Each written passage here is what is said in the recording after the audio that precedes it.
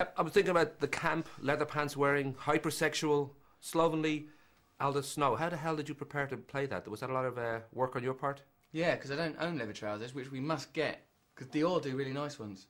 So I don't own any leather trousers, so that was hard. I had to adapt. Oh, would it be like to wear some leather trousers as me, Russell Browne, the vegetarian? And apparently it would be all right, because I've done it now and it was okay.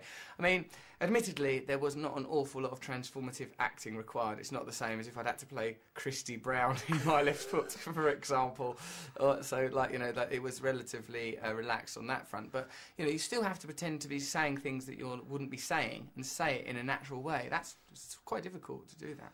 Well, you're a confident young man, and I'm guessing that going out there, this is your first big movie. It was originally an author, this character. They decided to adapt it for yourself. They gave you 2 weeks out there with everybody to kind of just rehearse it and try to get a shape to it.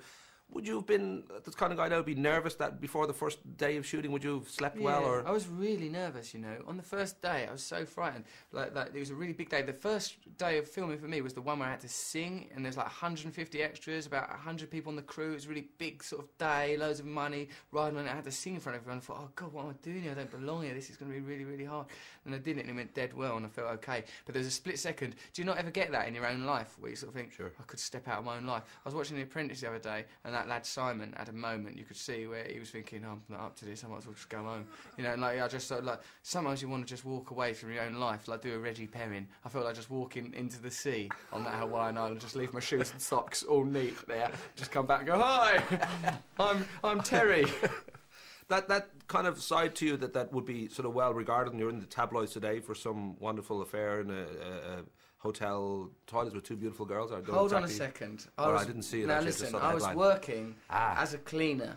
Right. With those two women. They were both in their 50s, ladies working in that lavvy, and we were all just there with some Domestos, toilet duck, a variety of bleaches, just trying to get the place spick and span, because moments before we've been having sex in there. I'll take that one. But very quickly, that idea of the raving heterosexual, you know, and as you say, that sort of Robin Asquith cliche, is that something that you feel you have to live up to now? Or do you feel that's Ricky Gervais that says that. I didn't say that. Ricky Gervais says you're like a Robin Asquith character. But is that difficult now? Because there is probably an expectation in every scenario that people are going to expect a lot from you. They're going to expect you to be very funny, be a sexual, you know, god, all these things that might, you know, obviously an advantage in many ways, but maybe at times a little bit hard to live up to.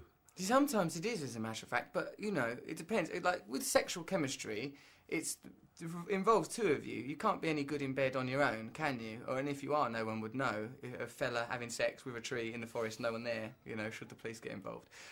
So I think that it requires... If someone goes, oh, that wasn't very good, I say, well, I can't do it on my own. You know what I mean? So you don't feel that much expectation, because sex, in a way, is a communicative process. So, you know, it's like table tennis. You can't play on your own against the garage wall. And if the garage wins...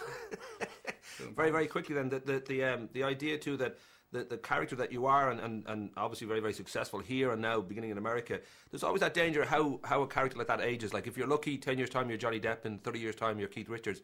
But if you don't do it right, you could be Peter Stringfellow or some, you know, it is always that, I don't know whether you think about it, how will I kind of progress with this? Will I always be this guy? Or I think it would be rather shallow if I relentlessly continued this lifestyle for, you know, more than a few more years. You know, to tell you the truth, I would like to be in love. I'd love to, you know, I just don't feel that I'm in that position, or the circumstances have not been correct. This is very much like a pop idol style recruitment process that I'm conducting at the moment. The minute I find the right man, woman, you know, let's limit it to that, I will settle down. Rock and roll. The word's out there then. Thanks. Great, lovely to talk to you. You too.